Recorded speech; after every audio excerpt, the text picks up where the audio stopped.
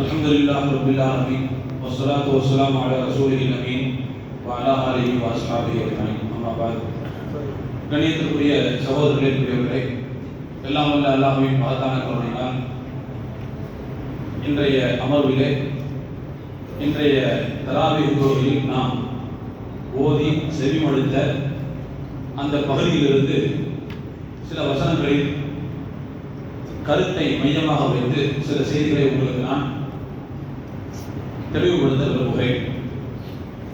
அல்லாஹ் தஆலா குறிப்பிடுகிறார், وَيَوْمَ يُحْشَرُ أَعْدَاءُ اللَّهِ إِلَى النَّارِ فَهُمْ يُوزَعُونَ.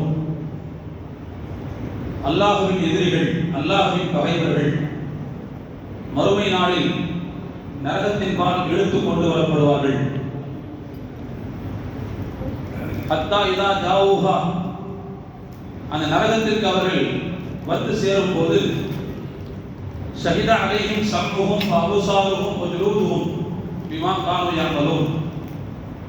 அந்த நரகவாசிகளுக்கு எதிராக அவர்களுடைய செவிகள், அவர்களுடைய பார்வைகள், அவர்களுடைய மேனிகளே அவர்களுக்கு எதிராக சாட்சி சொல்லும். வகாலு லிஜுலூதிஹிம் லிம ஷஹிதும் அலைனா, அப்பொழுது அந்த நரகவாசிகள் தங்களுடைய மேனியை பார்த்து கேட்பார்கள், அங்கங்களை பார்த்து கேட்பார்கள், ஏன் எங்களுக்கு எதிராக நீங்கள் சாட்சி சொன்னீர்கள் என்று கேட்பார்கள். அதற்கு அவர்களுடைய அவயங்கள் பதில் சொல்லும், காலு அன்தகன அல்லாஹு அல்லதி அன்தக குல்ல ஷை, அனைத்தையும் பேச வைத்த இறைவனை எங்களையும் பேச வைத்தான் என்று அவை பதில் சொல்லும். இது இன்று நாம் ஓதிய பகுதியில் அல்லாஹ் சொல்லக்கூடிய விஷயம். இது அல்லாமல் நாளை மறுமையில் அடியார்களுக்கு எதிராக அவர்களுடைய உறுப்புகளே சாட்சி சொல்லும் என்று குர்ஆனில் பல இடங்களில் அல்லாஹ் சொல்றார். நாம் அதிகமாக கேள்விப்பட்ட, அதிகமாக ஓத கேட்ட சூரா யாசீன் அல்லாஹ் சொல்வான், அல்-யௌம நக்திமு அலா அஃப்வாஹிஹிம், அன்றைய தினம் அவர்களுடைய வாய்களுக்கு நாம் முத்திரையிட்டு விடுவோம். பேசிக் கொண்டிருந்த வாயை அல்லாஹ் போய் ஊத்திடுவோம். அப்படி வச்சு கையை வச்சு ஊத்துறதுல முத்திரையை வச்சு ஊத்து, முத்திரை வச்சிருவான். அப்போ அதுக்கு பிறகு பேச முடியாது. வதுகல்லிமுனா ஐதீஹிம் வதஷ்ஹது அர்ஜுலுஹும், அவர்களுடைய கைகளும் அவர்களுடைய கரங்களும் நம்மிடத்தில் பேசும், சாட்சி சொல்லும். அவர்கள் என்ன செய்து கொண்டிருந்தார்கள் உலகத்தில் அதை பற்றிய தகவல்களை அவர்களுடைய உறுப்புகளை நமக்கு கொடுக்கும் என்று அல்லாஹ் சொல்றான். அதே மாதிரி இன்னொரு இடத்துல அல்லாஹ் சொல்றான், சூரா நூர்ல, யௌம தஷ்ஹது அலைஹிம் அல்சினத்துஹும் வ ஐதீஹிம் வ அர்ஜுலுஹும் பிமா கானூ யஅமலூன். அன்றைய தினம் அவர்களுடைய கைகள், கால்கள், அவர்களுடைய நாவுகள், நாவுகள் கூட, அவர்களுடைய நாவுகள் கூட அவர்களுக்கு எதிராக சாட்சி சொல்லும் என்று அல்லாஹ் சொல்றான். இங்கே இந்த நாக்கு நம்மளை காப்பாற்றிடும், பொய் சொல்லி அதை சொல்லி காப்பாற்றிடும். ஆனால் மறுமையில் அந்த நாவை கூட அல்லாஹ் நமக்கு எதிராக சாட்சி சொல்ல வைப்பான் என்று ஆக இந்த 3-4 வசனங்கள் எல்லாம் சொல்லி காட்டுகிறார். நபி ஸல்லல்லாஹு அலைஹி வஸல்லம் அவங்கள்ட்ட ஒரு தடவை சஹாபாக்கள் உட்கார்ந்துருந்தாங்க. இந்த ஹதீஸ் அனஸ் ரலியல்லாஹு அன்ஹு அறிவிக்கிறாங்க. உட்கார்ந்து இருக்கும்போது ரசூலுல்லாஹ் திடீர்னு சிரிச்சாங்க. கூட்டத்தில் இருக்கும்போது சிரிச்சாங்க. சிரிச்ச வித்தியாசமா இருக்கும்ல. சிரிச்சு முடிச்சுட்டு ரசூலுல்லாஹ் சும்மா உட்காரல, உடனே கேட்டாங்க, உங்களுக்கெல்லாம் தெரியுமா நான் ஏன் சிரிச்சேன்னு கேட்டாங்க. அதாவது கூட்டத்தில் இருக்கும் போது எல்லாரும் சேர்ந்து சிரிக்கணும், நிறைய சிரிச்ச வேற வேற சொல்லுவாங்க. ஆனா ரசூலுல்லாஹ் சிரிச்சுட்டு மக்கள்கிட்ட கேட்டாங்க, நான் ஏன் சிரிச்சேன் தெரியுமான்னு கேட்டாங்க. சஹாபாக்கள் எப்போதும் போல அவங்க எதனாலும் சரி அல்லாஹ் ரசூலுக்கு தெரிவிட்டு விட்டுருவாங்க, பேச மாட்டாங்க. ஏன்னா அவங்க ஏதாவது சொல்லிட்டா வேற ஒரு கருத்தை ரசூலுல்லாஹ் சொல்ல வர்றது தவறு கேட்கலாம். அதனால உங்களுக்கு தான் தெரியும், அல்லாஹ் ரசூலுக்கு தெரியும், நீங்க சொல்லுங்க ஏன் சிரிச்சீங்க. அப்ப நபி ஸல்லல்லாஹு அலைஹி வஸல்லம் சொன்னாங்க, நான் இந்த இடத்தில் நாளை மறுமையில் அடியான் அல்லாஹ்விடத்தில் பேசுவான், அந்த பேசுற காட்சியை நினைச்சு பார்த்து சிரிப்பு வந்துச்சுங்க. நாளை மறுமையில அல்லாஹ் அடியான் இடத்துல பேசுவான், அல்லது அடியான் அல்லாஹ்விடத்துல பேசுவான். பேசுற அந்த காட்சியை இப்ப நான் யோசிச்சு பார்த்தேன், எனக்கு சிரிப்பு வந்துச்சு. அப்படியா? அப்படின்னா என்ன பேசுவாங்க? நபி ஸல்லல்லாஹு அலைஹி வஸல்லம் சொன்னாங்க, நாளைக்கு அல்லாஹ் இடத்துல அடியான் சொல்வானா, இன்றைய அதாவது இறைவா நீ அநீதி இழைக்க கூடாது என்று சொல்லியிருக்கிறாய். அல்லாஹ்வுக்கே கிளாஸ் இருக்கும், நீ அநீதி இழைக்க கூடாதுன்னு சொல்லியிருக்க. அதனால நீ இன்னைக்கு அநீதி இழைக்க கூடாது. எனவே எனக்கு எதிராக நீ ஒரு சாட்சியை என்னிடமிருந்தே நிலைநிறுத்தி விட்டுத்தான் எனக்கு நீ தண்டனை கொடுக்கணும். அப்படி இல்லைன்னா எனக்கு நீ தண்டனை கொடுக்கூடாது. அப்படி கொடுத்தா அது அநியாயமா போயிடும். அதனால நீ எனக்கு எதிரான சாட்சியை என்னிடமிருந்து நீ உருவாக்க வேண்டும். வேற ஆளுடைய சாட்சியில போய் சாட்சியா இருக்க வாய்ப்பு இருக்கும். அதெல்லாம் ஏற்க மாட்டேன் அப்படின்னு அடியான் அல்லாஹ்ட்ட சொல்லுவான். அப்ப அல்லாஹ் சொல்லுவானா, அப்படியா, உன்னிடமிருந்து ஒரு சாட்சியா, அதையும் நான் ஏற்படுறதுக்கு தயாராக இருக்கிறேன். உன்னிடத்திலிருந்து உன்னுடைய உறுப்புகளையே நான் பேச வைத்து சாட்சி சொல்ல வைக்கிறேன். அது மட்டுமல்ல, நன்மை தீமைகளை எழுதி பதிவு செய்த மாணவர்களையும் அதற்கு சாட்சியாக ஆக்குகிறேன். அதுவே உனக்கு கிடைக்கும் என்று சொல்லிவிட்டு அல்லாஹ் தஆலா அதற்கு பிறகு அந்த அடியானுடைய உறுப்புகளை எல்லாம் பேச வைப்பான். அவை அனைத்தும் பேசும். அவை அனைத்தும் பேசும். தனக்கு எதிராக தன்னுடைய உறுப்புகளை சாட்சி சொன்னதை அந்த அடியான் பார்த்துவிட்டு அந்த உறுப்புகளை பார்த்து சொல்வானா, புஅதன் லகுன்ன வசுஹுகன், உங்களுக்கு நாசம் ஏற்படட்டும். உங்களுக்காக தான் அல்லாஹ்ட்ட நான் வாதாடினேன். உங்களை காப்பாற்றுறதுக்கு தான் அல்லாஹ்ட்ட வாதாடினேன். நீங்க என்னைய கொள்ளுவீங்க அப்படின்னு சொல்லி தன்னுடைய உறுப்புகளை பார்த்தே என்ன செய்வான் அடியான் சொல்லுவான். இந்த பேச்சுவார்த்தையை யோசிச்சு பார்த்தேன், எனக்கு சிரிப்பு வந்துருச்சுன்னு சொல்லுவாங்க. அப்ப இந்த ஹதீஸ்ல இருந்தும் வசனங்கள்ல இருந்தும் அல்லாஹ் சொல்லக்கூடிய செய்தி என்னன்னு சொன்னா, நாளை மறுமையில் அடியார்களுக்கான சாட்சியாக வேற வெளியில் உள்ள சாட்சியை கொண்டு வர மாட்டான். இன்டர்னல் சாட்சி தான், உள்ளுள்ள சாட்சி தான். நம்முடைய உறுப்புகளை எல்லாம் பேச வைக்கும். பேச வேண்டிய உறுப்புக்கு அல்லாஹ் பேசுகின்ற தன்மையை எழுதுவோம். எடுத்து முடிச்சதுக்கு பிறகு நம்முடைய உறுப்புகள் எல்லாம் பேச ஆரம்பிக்கும். பேசி முடிச்சதுக்கு பிறகு அடுத்து அல்லாஹ் அந்த நாவுக்கு பேசுகிற ஆற்றலை கொடுப்பான். அப்பதான் அந்த அடியான் சொல்லுவான், எனக்கு எதிராகவே நீங்க சாட்சி சொன்னீங்களா, நாசமா போக அப்படின்னு நினைச்சு. அப்போ உறுப்புகள் பேசுவதை பற்றி இந்த வசனங்கள் சொல்லிட்டாங்க. இதை நாம் கவனிக்க வேண்டிய செய்தி என்னன்னு சொன்னா, இதை நாம் பாரதூரமாக கருத வேண்டிய அவசியம் இல்லை. இதெல்லாம் நடக்கமா போகுதுன்னு யோசிக்க வேண்டிய அவசியம் இல்லை. முதலாவது, இது குர்ஆனில் வந்த தகவல், பெருமானார் ஸல்லல்லாஹு அலைஹி வஸல்லம் அவர்கள் ஊர்ஜிதம் செய்த தகவல். அதில் மாற்று கருத்துக்கு வாய்ப்பே கிடையாது. இது ஒரு விஷயம். இன்னொன்னு என்னன்னு சொன்னா, ஏன் உறுப்புகள் பேச முடியாதுன்னு நான் கேட்கிறேன். லாஜிக்கா கேட்கிறேன். ஏன் உறுப்புகள் பேச முடியாது? நாக்கு மட்டும் பேசணும்னு ஏதாவது எழுதி வச்சிருக்கா? நாக்கு அதுவும் ஒரு சதை தானே, ஒரு சதத்துண்டு தானே. அதே மாதிரி கையிலும் ஒரு சதத்துண்டு, காலும் ஒரு சதத்துண்டு. இந்த சதைக்கு பேசக்கூடிய ஆற்றலை கொடுத்த இறைவன் மற்ற சதைகளுக்கு பேசுறதுக்கு ஆற்றல் கொடுக்க மாட்டானா என்ன? அப்போ உறுப்புகள் பேசுவதை பற்றி நாம் சந்தேகிக்க வேண்டிய அவசியம் கிடையாது. அது நிச்சயமாக நடக்க போகிற விஷயம் தான் அப்படிங்கிறதுல நாம ரொம்ப கவனமாக இருக்க வேண்டும். இன்னொரு முக்கியமான விஷயம் என்னன்னு சொன்னா, உறுப்புகள் பேசுறது அப்படிங்கிறது மறுமையில இங்கேயே உறுப்புகள் பேசுகின்றன. இந்த உலகத்திலேயே உறுப்புகள் பேசுகின்றன. பாடி லாங்குவேஜ் ஒரு அறிவியல் ஒரு செய்தியை சொல்லலாம். உடல் மொழின்னு பேரு. அப்போ உடல் மொழினா உடல் உறுப்புகள் தகவல்களை கடத்துகின்றன அர்த்தம். அதாவது நான் வெர்பல் ஸ்பீச், வார்த்தைகள் இல்லாத பேச்சுகள். இந்த கை பேசுகிறது, வார்த்தைகள் இல்லாத பேச்சு பேசுகிறது. புரிஞ்சுங்களா? இந்த கண்ணு வார்த்தைகள் இல்லாமல் பேசுகின்றன. இன்னும் சொல்ல போனா, ஒரு மனிதன் குழந்தை பருவத்தில் இருக்கும்போது, பிறந்த குழந்தை இருப்பாரு, பிறந்த குழந்தை கொஞ்சம் வனாந்தரத்திற்கு பிறகு அந்த குழந்தை பேச ஆரம்பிப்பதற்கு முன்பு அந்த குழந்தைகளோடு நம்முடைய கம்யூனிகேஷன் ஃபுல்லாகவே பாடி லாங்குவேஜ் தான் வளர்றாரு. பாடி லாங்குவேஜ் தான். நம்ம எல்லாரும் குழந்தைகள்கிட்ட வந்து எந்த மொழியில் பேசணும், எந்த மொழியில் பேசணும்? நம்ம தமிழ்ல சொன்னா அது யாருக்கு கேட்க போதா, புரிய போதா? அதுக்கு என்ன செய்வோம்? குழந்தைய ஒருத்தர் குழந்தை இருக்குதுன்னு சொன்னா அந்த குழந்தைய காமிச்சு இப்படி இப்படி இப்படி கூடும், இப்படி இப்படி சொன்னா அதுக்கு என்ன அர்த்தம்?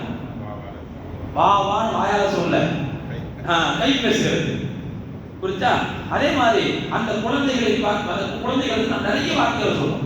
திடீர்னு என்ன செய்யறது, அந்த குழந்தைகளை பார்த்து லேசான முகத்தை வளர்ச்சியாக ஆக்குகிறோம். அதை பார்த்தோம்னா அது சிரிக்குது. அப்போ நம்முடைய முகத்தில் ஒரு செய்தியை அந்த பிள்ளைக்கு கடத்துகிறோம். என்ன கடத்துறோம்னா, நான் மகிழ்ச்சியா இருக்கிறேன். அப்போ உடனே அதை பார்த்தா சிரிக்குது. அதே நேரத்தில் முகத்தை கடுமையாக ஆக்கி பாருங்கள், ஆக்குள்ள அளவு. அப்போ அதுக்கு இன்னொரு மெசேஜ் பாஸ் ஆகுது. என்னன்னா அகோரமான முகம், பயமா இருக்குது, அது அழகு. அப்ப எனவே குழந்தைகள் பேச ஆரம்பிப்பதற்கு முன்பு பச்சிளம் குழந்தைகளாக இருக்கின்ற காலகட்டத்தில் அதனுடைய தொடர்பு அப்படிங்கிறது நாம் உடல் அசைவு மொழிகளால் தான் பேசிக்கொண்டே இருக்கிறோம் அப்படிங்கிறத தயவு செய்து புரிந்து கொள்ள வேண்டும். இன்னும் சொல்ல போனா வார்த்தைகளால் ஒரு மனிதன் கடத்த முடியாத உணர்ச்சிகளை, வார்த்தைகளால் ஒரு மனிதன் கடத்த முடியாத உணர்ச்சிகளை அவனுடைய உடல் மொழிகள் கடத்திவிடும். நான் பேசுற தகவல் தான் கடத்த முடியும், ஆனா உணர்ச்சியோட கடத்த முடியுமா அப்படின்னா 93% உணர்ச்சிகளை கடத்தக்கூடிய ஆற்றல் பாடி லாங்குவேஜ் தான் இருக்கும். இந்த வார்த்தைகளுக்கு வாயிலிருந்து வெளிவரக்கூடிய வார்த்தைகளுக்கு அந்த சக்தி கிடையாது. இருக்கும், அதாவது கொஞ்சம் கஷ்டப்பட்டு ரொம்ப நான் வலிஞ்சு சொன்னா அந்த உணர்ச்சி சொல்ல முடியும். ஆனா இருந்தாலும் பாடி லாங்குவேஜ் அது அந்த உணர்ச்சியை மிக சீக்கிரமாக கடத்திவிடும். சாதாரண வார்த்தைகளை விட பாடி லாங்குவேஜ் என்பது, உடல் அசைவு மொழி என்பது 93% அதிகமாக மனிதனுடைய உணர்ச்சிகளை அது கடத்தி விடுகிறது அப்படிங்கிறத பார்க்கணும். பொதுவாக மனிதனுடைய எமோஷன்ஸ், உணர்ச்சிகள், அவனுடைய மனநிலை, அவனுடைய பிஹேவியர், இதை ஃபுல்லா வார்த்தைகளால் கடத்துவதை விட மனிதன் அவனுடைய உடல் உறுப்புகளால் கடத்துவதுதான் மிக அதிகமாக இருந்து கொண்டிருக்கிறது அப்படிங்கிறத நாம் புரிந்து கொள்ள கடமைப்பட்டிருக்கோம். அதே மாதிரி குழந்தைகள் கூட கொஞ்சம் வளர்ந்ததுக்கு பிறகு கூட அவங்க அப்பாட்ட ஏதாவது ஒரு வாங்கி கேட்கணும்னா கூட முதல்ல அந்த பிள்ளைங்க பாப்பா அம்மாவுடைய ஃபேஸ் தான் ரீட் பண்ணுங்க. பார்க்குறீங்களா? முதல்ல அந்த முகத்தை வாசிக்க ஆரம்பிக்கும், முகத்தை பார்க்கும்.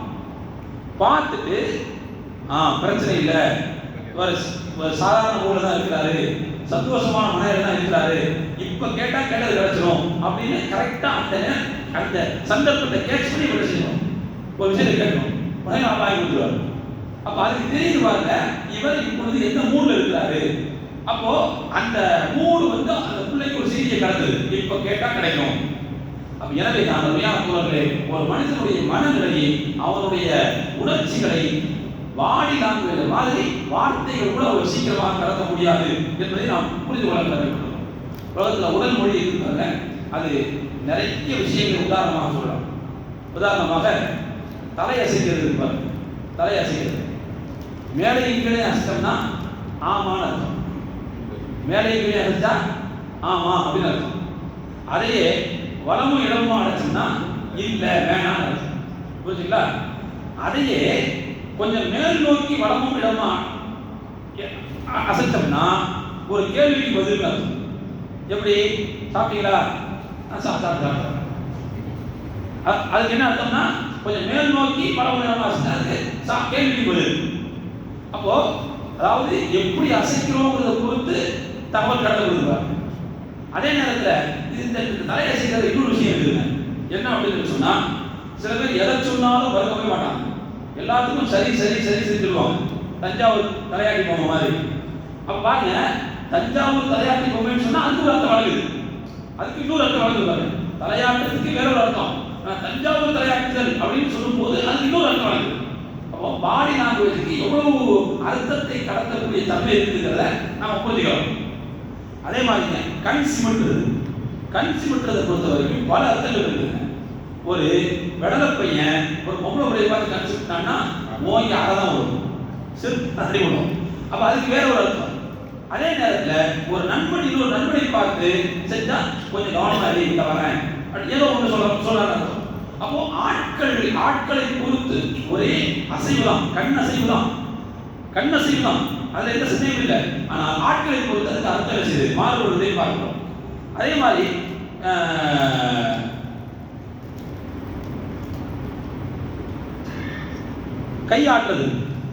கையாற்றுறதை பொறுத்தவரை ஒரு மனுஷன் இப்படி இப்படி கையை கூச்சிக்கிட்டு இப்படி கேட்டான வச்சுங்க, அல்லது இப்படி கேட்டான வச்சுங்க, அதுக்கு என்னன்னு கேட்டான. அதே நேரத்தில் இந்த மாதிரி காட்டான வச்சுங்க, இதுக்கு ஓகே அர்த்தம் இருக்குது, நீ ஜெயிச்சு அர்த்தம் இருக்குது, என்ன சொல்லலாம். புரியுங்களா? இப்படி பல அர்த்தங்கள் இருக்கு. அதே மாதிரி கண் அசைவு, விழியை விழித்து காட்டினால் ஏதோ ஒரு ஆச்சரியமான விஷயம் நடந்திருக்குது, பெரிய விஷயம் நடந்திருக்குது அப்படிங்கிற மாதிரி அர்த்தம். இந்த உலகத்தில் சில லோகோ அந்த லோகோங்கிறது கூட ஒரு வகையில சிம்பிள்ஸ், அது கூட தகவல்களை கடத்தும். பாத்தீங்களா, இந்த ஹிந்துஸ்தான் பெட்ரோல் பங்க்ல பார்த்துருப்பீங்க, அங்க வந்து இப்படி ஒரு சிம்பிள் இருக்கும் பாத்தீங்களா. அந்த சிம்பிள் அதுக்கு என்ன அர்த்தம்? பியூர் ஃபார் ஷியூர் அர்த்தம், அதாவது சுத்தமான பெட்ரோல், அது நான் உத்தரவாதம் அர்த்தம். நம்ம ஐநா சபையினுடைய லோகோ பார்த்துருக்கீங்களா, உலக நாடுகளுடைய வரைபடங்கள் கீழே இருந்து அப்படி ஏந்திர மாதிரி 2 ஆலிவ் கிளைகள் இருக்கும். அது என்ன அர்த்தம்னு சொன்னா, உலக நாடுகளுக்கு இடையிலே பரஸ்பர நம்பிக்கை, அமைதி, விட்டு கொடுத்தல், இந்த மாதிரியான தன்மையை வளர்க்கிறது அப்படின்னு அந்த சிம்பிள் தான் அர்த்தம். அப்ப கிட்டத்தட்ட எல்லாமே ஒரு படத்தின் மூலமாக அல்லது ஒரு காட்சியின் மூலமாக, அது எல்லாமே ஒரு பாடி லாங்குவேஜ் தான். அப்ப அது ஒரு தகவலை கடத்தக்கூடிய ஒரு சூழ்நிலை இருப்பதை நாம் இங்கே பார்க்கிறோம். இன்னும் சொல்ல போனா, எதுவுமே பேசாம இருந்தாலும் ஒரு ஆளு எதுவுமே பேசாம வாழலாம். எதுவுமே பேசாம இருக்கும்போது கூட மனதில் என்ன ஓடுகிறது என்பதை முகபாவங்கள் காட்டி கொடுக்கும். சில பேர் பேசுவாங்க, ஏய் நீ வந்து ஒப்பு பேசுற, உன் மனசுல வேற ஓடுது அப்படின்னு சொல்லுவாங்க. ரொம்ப நெருக்கமான ஆட்கள் சொல்லிடுவாங்க, நீ சும்மா ஒப்புக்கு தான் பேசுற, அதாவது நடிப்புக்கு பேசுற, ஆனா உன் மனசுல வேற ஒண்ணு ஓடுது அப்படிமா. அப்போ அந்த வேற ஒண்ணு ஓடுதுங்கிறது மனசுல எப்படி தெரியுதுன்னு சொன்னா, முகம் காமிச்சு கொடுக்கும். முகம் என்பது மனதின் கண்ணாடி. முகம் என்பது மனதின் கண்ணாடி. மனம் சலனமிட்டு இருந்தால் முகம் பளிச்சு இருக்கும்.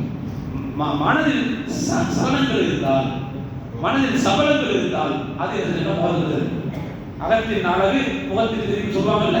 அப்ப அந்த வகையில ஒரு மனுஷன் பேசணும்னு அவசியம் கிடையாது. பேசாம இருந்தா கூட அவருடைய முகபாவங்களை வைத்து அவர் என்ன நினைக்கிறார் அப்படிங்கிறத கண்டிப்பாக சொல்லி வர முடியும். குர்ஆன்ல அல்லாஹ் இந்த பாடி லாங்குவேஜ் பத்தி நிறைய இடத்துல பேசுறாங்க. ஆரம்பத்துல ஒரு செய்தி உங்களுக்கு நான் உறுதியாக அழுத்தமாக சொல்ல விரும்புகிறேன். மனுஷன் ஆரம்ப காலத்துல வந்து பாடி லாங்குவேஜ் தான் பேசிட்டு இருந்தான், தான் பேசிட்டு இருந்தான், அதுக்கு பிறகுதான் அவனுக்கு மொழி தெரிஞ்சிச்சு அப்படின்னு உலகத்துல சொல்லுவாங்க. ஆனால் அது தவறு. முதல் மனிதருக்கே பேச தெரியும். ஏன்னா முதல் மனிதருக்கே அல்லாஹ் எல்லாவற்றையும் கற்றுக் கொடுத்தான் அப்படிங்கிறத குர்ஆன் சொல்ல முடியும். வஅல்லம ஆதமல் அஸ்மாஅ குல்லஹா, முதல் மனிதர் ஆதம் தான் அப்படிங்கிறது கன்ஃபார்ம் ஆயிடுச்சுன்னா அவருக்கு எல்லாவற்றையும் கற்றுக் கொடுத்தாங்க அல்லாஹ் சொல்றான். அவங்க பேசுறதுக்கும் அவருக்கு கற்றுக் கொடுத்துருக்காங்க. அதனால தான் அவர் மனைவி கிட்ட பேசினார், பிள்ளை கிட்ட பேசினார். அப்போ ஆரம்பத்தில் மனுஷன் வந்து ஓ அப்படிதான் பேசினான், அந்த மொழிக்கு வந்து வார்த்தை இல்லை, ஏதோ சத்தங்களை தான் வெளிப்படுத்தினான், கையை காலம் ஆட்டி தான் பேசினான், கிட்டத்தட்ட மிருகம் மாதிரி தான் இருந்தான் அப்படின்னு சொல்றதெல்லாம் நாத்திகவாதிகள் பேசக்கூடிய கருத்து. அதுக்கும் இஸ்லாத்துக்கு சம்மந்தமே கிடையாது. ஆரம்ப மனிதனே பேசினான், அவனுக்கே மொழி தெரிந்தது, அந்த மொழியை கற்றுக் கொடுத்தவன் இறைவன். புரிஞ்சுங்களா? அப்ப அதனால நாம இந்த விஷயத்துல ரொம்ப தெளிவா இருக்கும். குர்ஆன் என்ன செய்யறதுன்னு சொன்னா, இந்த பாடி லாங்குவேஜ் பத்தி நிறைய இடங்களை சுட்டி காட்டும். ஒரு இடத்துல யூசுப் அலைஹிஸ்ஸலாம் அவர்களை பத்தி எல்லாம் சொல்லுவாங்க. யூசுப் அலைஹிஸ்ஸலாம் அவருடைய பிள்ளை யூசுப் நபி காணா போயிட்டாங்க, உங்களுக்கு தெரியும். அதுக்கு பிறகு ஒரு கட்டத்துல அவருக்கு ரொம்ப பிரியமாக இருந்த புன்யாமீன் அவரும் காணா போயிடாரு. அப்ப அந்த நேரத்துல யூசுப் அலைஹிஸ்ஸலாம் சொன்னாங்க, இன்னமா அஷ்கு பஸி வஹுஸ்னி இலல்லாஹ், யூசுஃபை நான் இழந்து விட்டேனே நீ சேதமே அப்படின்னு சொன்னார். சரி, நான் என் கவலையை நான் அல்லாஹ்வே தெரிவிச்சுக்கிறேன் அப்படின்னு சொன்னார். அந்த சொல்ல நேரத்தில் அவருடைய முகம் எப்படி இருந்தது அப்படிங்கிறத அல்லாஹ் சொன்னான். அவருடைய முகம் எப்படி இருக்குன்னு சொன்னா, துக்கத்தால் பல்லை கடித்துக் கொண்டிருந்தார். துக்கத்தால் பல்லை கடிச்சுட்டு இருந்தாரு. அப்போ நல்ல கவனிச்சு பாருங்க, பல்ல கடிச்சு விழுகிறது அப்படிங்கிறது ஒரு வகையில் துக்கத்தை வெளிப்படுத்துறது. அல்லாஹ் சொல்றான், பல்லை கடித்து விழுங்குவது, அதாவது கடிச்சு விழுங்குறதுங்கிறது ஏதோ ஒரு துக்கத்தை தனக்குள் அடைத்து வைத்துக் கொள்கிறார். குர்ஆன் அல்லாஹ் சொல்லக்கூடிய உண்மை. அதே மாதிரி மகிழ்ச்சிகரமான சில முகங்கள் இருக்குன்னு நல்லா சொல்றாங்க. மகிழ்ச்சிகரமான அந்த மகிழ்ச்சிகரமான முகங்கள் எப்படி இருக்கும் அப்படின்னா, லாஹிகத்துன் அப்படின்னு நல்லா சொல்றாங்க, அது சிரிக்கும் என்று சொல்றாங்க. அப்போ லேசா புன்முறுவல் போகும்போது மனசுக்குள்ள மகிழ்ச்சியை தான் அது அடையாளம், சிரிப்பு அடையாளமாக வெளிப்படுத்துகிறது. அதே மாதிரி கை கால்களுடைய அசைவு இருப்பாங்க. கை கால்களுடைய அசைவு என்பது அதுவும் ஒரு கருத்துக்களை சுட்டிக்காட்டும். எப்படி அப்படின்னா, சூரா கஹ்ஃப்ல அல்லாஹ் தஆலா ரெண்டு சகோதரர்களை பத்தி பேசணும். அதுல ஒரு சகோதரருக்கு அல்லாஹ் தஆலா நிறைய ஏராளமான வயல்வெளிகளை கொடுத்துருந்தாங்க, நிறைய மகசூலை கொடுத்துருந்தாங்க. அதுவே அவருக்கு தரக்கணத்தை உண்டாக்கிடுச்சு. இன்னொரு சகோதரர் யாருக்குன்னா அந்த மாதிரி வசதி வாய்ப்பு இல்லாத அவரை இந்த வசதி வாய்ப்பு உள்ள சகோதரர் ஏளனமா பார்க்கணும். இந்த இப்படி ஏளனமா பார்க்கிற இந்த காலகட்டத்தில் தான் ஒரு நாள் அந்த வசதியான சகோதரர் தன்னுடைய வயல்வெளிக்கு போகிறார். அங்க போய் எப்படி வளர்ந்து இருக்குது என்ன இதை பார்த்து சந்தோஷப்படலான்னு போறார். போனா அல்லாஹ் சொல்றான், அவருடைய அந்த வயல்வெளிகள் அதில் விளைந்து இருக்கக்கூடிய விளைச்சல்களை அபாயங்கள் சூழ்ந்து விட்டன. அப்படியே கருகி போயிட்டாங்க. இந்த கருகி போனதை பார்த்த உடனே அந்த சகோதரர் என்ன செஞ்சாருன்னா, அல்லாஹ் சொல்றான், அவர் தன்னுடைய கைகளை செய்வதறியாமல் பிசைந்து கொண்டார் என்று சொல்றார். கைகளை செய்வதறியாமல் பிசைந்து கொண்டார். இப்படி பிசைக்கிறதுக்கு என்ன அர்த்தம்? இப்படி பிசைறதுக்கு என்ன அர்த்தம் அப்படின்னா, ஒன்றும் செய்ய முடியல, கை சேதம், நஷ்டம். அந்த நஷ்டத்தை நம்மளால எப்படி ஈடுகட்டுறதுன்னு தெரியல மனுஷனுக்கு. அப்ப அதை இயலாத தன்மையை வெளிப்படுத்துவதற்கு மனுஷன் என்ன செய்யறான்? கையை எப்படி பிசையறான். நம்ம கூட சொல்லுவோம்ல, அவருக்கு பார்க்க ரொம்ப கஷ்டங்க, கையை பிசைஞ்சு நிற்கிறாரு அப்படிமோ. கையை பிசைஞ்சு நிற்கிறாருன்னா மாவு பிசைறது அர்த்தமா? அப்படி இல்லை, என்ன செய்யறது தெரியாம முடிச்சுட்டு இருக்காரு, இறப்பில் இருக்கிறார். அப்போ குர்ஆன்ல அல்லாஹ் தஆலா இந்த மாதிரியான பாடி லாங்குவேஜ் பத்தி நிறைய சொல்றாங்க. அதே மாதிரி தான் நபி ஸல்லல்லாஹு அலைஹி வஸல்லம் பாத்தீங்கன்னு சொன்னா, நபி ஸல்லல்லாஹு அலைஹி வஸல்லம் அவர்கள் வந்து பாடி லாங்குவேஜ் வச்சு நிறைய விஷயங்களை கற்றுக் கொடுத்துருக்காங்க. ஒரு ஹதீஸ்ல வரும், நபி ஸல்லல்லாஹு அலைஹி வஸல்லம் அவர்கள் நாளை மறுமையில் நானும் அனாதைகளை ஆதரிப்பவரும் இப்படி இருப்போம் அப்படின்னு சொல்றாங்க. இதுக்கு என்ன அர்த்தம்? ஒன்று போனது. அப்போ ஒரு அடையாளத்தை காமிச்சு சொல்ல ஒரு கருத்து உருவாக்க வராங்க. அதே மாதிரி நபி ஸல்லல்லாஹு அலைஹி வஸல்லம் சொன்னாங்க, இறுதி காலத்தில் கல்வி உயர்த்தப்பட்டுவிடும், கல்வி அறிவு உயர்த்தப்பட்டுவிடும். அதே மாதிரி எங்க பார்த்தாலும் அறியாமை வியாபித்து இருக்கும், எங்க பார்த்தாலும் அறியாமை வியாபித்து, கல்வி உயர்த்தப்பட்டுவிடும். அதுபோல ஹர்ஜ் பெருகிவிடும் என்று சொன்னார். ஹர்ஜி பெருகிவிடும், வயசுல் ஹர்ஜு, ஹர்ஜ் பெருகிவிடும் என்று சொன்னார். கல்வி உயர்த்தப்படும்னா புரியுது, அறியாமை வியாபித்து இருக்கும்னா புரியுது.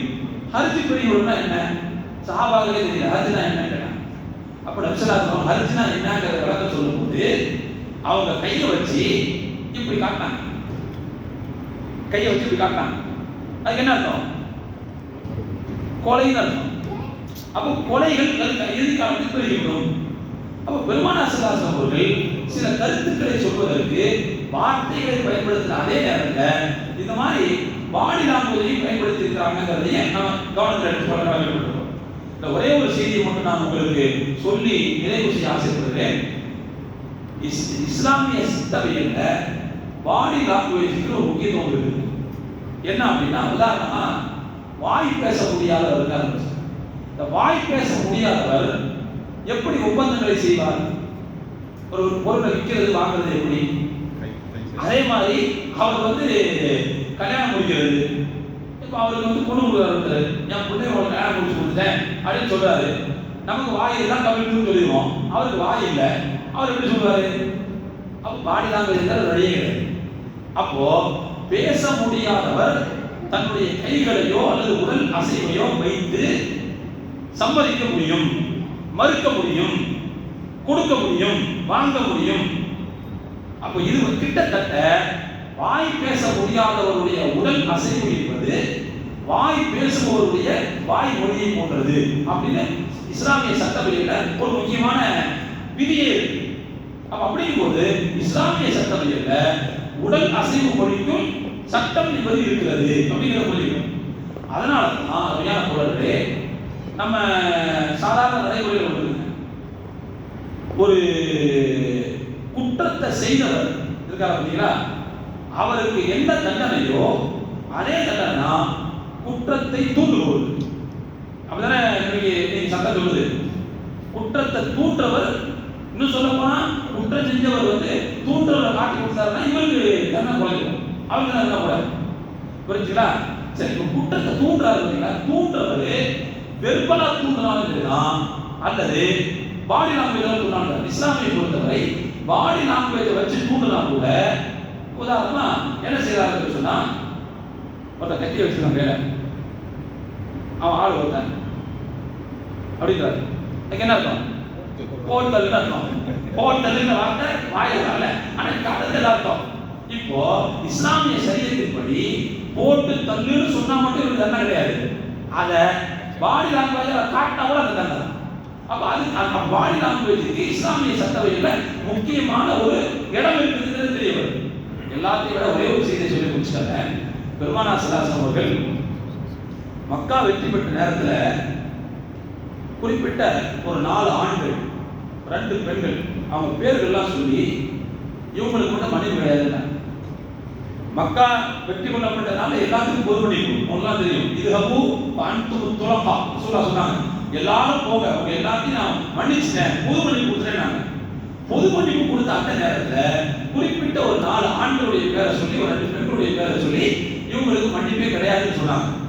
அது மட்டும் இல்லாம ரசூலுல்லாஹ் மக்கள்கிட்ட சொன்னாங்க, இந்த ஆட்கள் காபாவினுடைய திரையை பிடித்து தொங்கிக் கொண்டிருந்தாலும் அவர்களை கொண்டு விடுங்கன்னு சொன்னாங்க. அவங்களுக்கு மரண தண்டனை கொடுத்துருங்கன்னு சொன்னாங்க. அப்படி 4 பேர் யார் பேர் பேசிக்கணும். அதுல ஒருத்தர் அப்துல்லா பின் அபி ஸராஹ் என்பவர் உஸ்மான் ரலியல்லாஹு அன்ஹு அவர்களுக்கு சொந்தக்காரனா அவரும் இவரும் வேற யாரையோ பால் கொடுத்துருக்காங்க. அந்த வகையில சொந்தம்.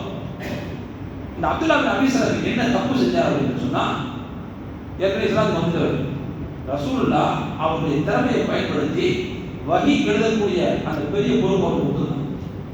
குர்ஆன் எழுதுறது, வஹி எழுதுறதா குர்ஆன் எழுதுறது, அவ்வளவு பெரிய முக்கியமான பொறுப்பை அவருக்கு வச்சிருந்தாங்க. ஆனா அவர் என்ன செஞ்சாருன்னா, மறுபடியும் இஸ்லாத்தை விட்டு போயிட்டார். மரமாறி நபி ஸல்லல்லாஹு அலைஹி அவர்கள் மரணம் சொல்றாங்க. இஸ்லாத்தை பொறுத்த வரைக்கும் மதம் மாறுதல் என்பது மரண நினைவு தான், அதில் எந்த சந்தேகம் இல்லை. அது ஏன் என்ன அளவுக்கு பேசுகிறோம். இப்போ நபி ஸல்லல்லாஹு அலைஹி அவர்கள் மக்கா வெற்றி கொள்ளும் போது அப்துல்லா பின் அபி ஸராஹ் என்பவர் இஸ்லாத்துக்கு வரல, மதம் மறுப்பு நிலையை தான் இருந்தார். அப்போ அவருக்கும் ரசூலுல்லாஹ் என்ன செஞ்சாங்கன்னா அந்த தண்டனை சொன்னாங்க, காபாவை பிடிச்சி தொங்குனா விடாதீங்க அப்படின்ட்டாங்க. ஆனால் உஸ்மான் ரலியல்லாஹு என்ன பண்ணிட்டாங்கன்னா, அவரை பத்திரமா வச்சு அவருக்கு ஒரு மாறு வேஷத்தை போட்டு ரசூலுல்லாஹ்வுக்கு முன்னாடி நிப்பாட்டிட்டு அங்க வச்சு அந்த வேஷத்தை கலைச்சிட்டு ரசூலுல்லாஹ் பேச வைத்தாங்க. என்ன மன்னிச்சிருங்க அப்படின்னு என்ன செய்யறாரு, அப்துல்லா பின் ஸராஹ் சொல்றாரு. ரசூலுல்லாஹ் இப்படி இருந்தவங்க அப்படி பார்த்தாங்க, பார்த்துட்டு திரும்ப கணக்கில் விட்டாங்க. அவர் மன்னிச்சிருங்கன்னு திரும்ப சொல்றாரு. பார்த்தாங்க, திரும்ப வைக்கல போட்டாங்க. மன்னிச்சிருங்கன்னு சொல்றாரு. 3ஆவது பார்த்துட்டு சரி போங்க அப்படின்னு அவர் போச்சுட்டு ரசூலுல்லாஹ் சஹாபாக்களை கேட்டாங்கன்னா, உங்கள்ட்ட யாருக்காவது நான் கொஞ்ச நேரம் வெயிட் பண்ணிட்டு இருந்தேன், அர்த்தம் புரியலையா? யாருக்காவது அர்த்தம் புரியலையா?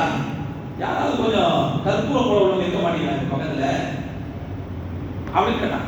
என்ன சொல்றீங்க? யாரை சொல்றாங்க? அவர்கிட்ட மன்னிப்பு கேட்கிறாரு. நான் பார்த்துட்டு கீழே போறேன், அதுல இருந்து புரிய வேணாம் அவங்களுக்கு என்ன சொல்ல வராங்க சொல்லா, அதை பயன்படுத்தி போட்டு தெரியாது. அப்ப சாப்பாடு அப்படின்னு நீங்க சொல்ல வேண்டியதானே, அப்படின்னு நீங்க சொல்ல வேண்டியதானே, சொல்ல தேவையில்லை, வாயால கூட சொல்ல தேவையில்லை. எங்களுக்கு கண்ணாலையாவது நீங்க செஞ்சுக்கலாம், சின்ன ஒரு சமிதி காட்டிக்கலாம்ல, வாடி நம்ம சாப்பிட்டுக்கலாம்ல அப்படின்னா. சொன்னாங்க, எப்பா நான் அவரை பார்த்துக்கிட்டு இருக்கிறேன், அப்ப நான் அவருக்கு ஒரு அசூரன்ஸ் கொடுக்குறேன். என்ன அசூரன்ஸ்? உனக்கு மன்னிப்பு கிடைக்கிறதுக்கு வாய்ப்பு இருக்குன்னு அசூரன்ஸ் கொடுக்குறேன். அப்ப என்னுடைய ஒரு செயல் அவருக்கு ஒரு நம்பிக்கை ஊட்ட, வேறொரு செயல் அதற்கு எதிராக இருந்தால் அது ஒரு நம்பிக்கை தகுந்த செயல் கிடையாது. நீங்களா புரிஞ்சுக்கிட்டு போட்டுருக்கீங்கன்னா நான் எதுவும் சொல்லிக்க மாட்டேன் அப்படின்னு சொன்னாங்க. சொன்னாங்க, நான் என்பது நபிக்கு கூட சாயிரத்தெல்லாம் ஒரு நபி என்பவர் கண்களால் கூட துரோகம் இழைப்பது பொருத்தமல்ல. அதனால நான் பேசாம இருந்தேன். ஆனா இருந்தாலும் நான் மேலே கேள் போட்டல, ஒரு 2 தடவை டைம் கொடுத்தல, ஒரு சில செகண்ட்ஸ் டைம் எடுத்துல, அதை நீங்க பயன்படுத்திக்க வேண்டியதானே அப்படின்னு அதை கேட்டாங்க அப்படின்னு வருது. அப்போ எதுக்கு நான் செய்தி சொல்ல வரேன்னா, கண்ணால் சமிக்கை செய்து சொல்வதற்கு கூட அர்த்தம் உண்டு. அதை பயன்படுத்தி செஞ்சிருந்தா இப்போ ரசூலுல்லாஹ்வுடைய அனுமதியோடு செய்யறதால இது குற்றமாக ஆகாது. ஏன்னா ரசூலுல்லாஹ் வந்து ஆட்சியாளர், எல்லாத்தையும் மறந்து கொடுத்துருக்காங்க. அப்ப அதைத்தான் நிறைவேற்ற மாதிரி அர்த்தம் வரும். ஆனா அந்த அனுமதி இல்லாமல் இருக்குன்னு சொன்னா அது கொலை குற்றமாகும். இது இஸ்லாமிய சரியத்தினுடைய மிக முக்கியமான ஒன்று. அப்ப இந்த உலகத்திலேயே மனுஷனுடைய அங்க அவயங்களுக்கு வார்த்தைகள் இல்லாத பேச்சை எல்லாம் கொடுத்துருக்கான். நான் வெர்பல் ஸ்பீச் அல்லாஹ் உறுப்புகளுக்கு கொடுத்துருக்கான். அப்படி இருக்கும்போது நாளை மறுமையில இது பேசாதுன்னு எப்படி சொல்ல முடியும்? அப்ப எனவே மறுமையில கண்டிப்பாக மனிதர்களுடைய உறுப்புகள் அவர்களுடைய செயல்களை பற்றி கண்டிப்பாக அல்லாஹ்விடம் எடுத்து பேசத்தான் செய்யும். அவர்களை பேச விடாம நம்ம காப்பாற்றணும்னா அதுகளுக்கு நாம நன்மை செய்யறத மட்டும் தான் காட்டணும். தீமை செய்யறத காட்டினா வேலைக்கு ஆகும். தீமை செய்யறத காட்டாம எப்படி இருக்க முடியும்? இருக்கவே முடியாது. அப்ப அதனால ஒழுக்கமா நன்மைகளை செய்யறதுல தான் நம்ம கவனம் செலுத்த இருக்கிற வேற தீமைகளை செய்யும் போது அல்லாஹ் நமக்கு பக்கத்திலேயே நமக்கு எதிரான ஆட்களை வச்சிடலாம் அப்படிங்கிறத நாம் சேர்த்து கான்சியஸோட புரிஞ்சுக்கணும். எல்லாம் உள்ள இறைவன் இப்படிப்பட்ட விஷயங்களை எப்போதும் மறவாமல் அவனுடைய நன்மைகளை மட்டுமே கவனம் செலுத்தக்கூடிய நல்லடியார்களாக வல்ல ரஹ்மான் நம் அனைவரையும் ஆக்கிய ஒரு முடிவானாக என்று துவாசிப்பதாக என்னுடைய உரையை நிறைவு செய்கிறேன். வாஹு தஅவானா அனில் ஹம்துலில்லாஹி ரப்பில் ஆலமீன். சுப்ஹானல்லாஹி வ பிஹம்திஹி சுப்ஹானல்லாஹி வ பிஹம்திஹி அஷ்ஹது அல்லா இலாஹா இல்லல்லாஹு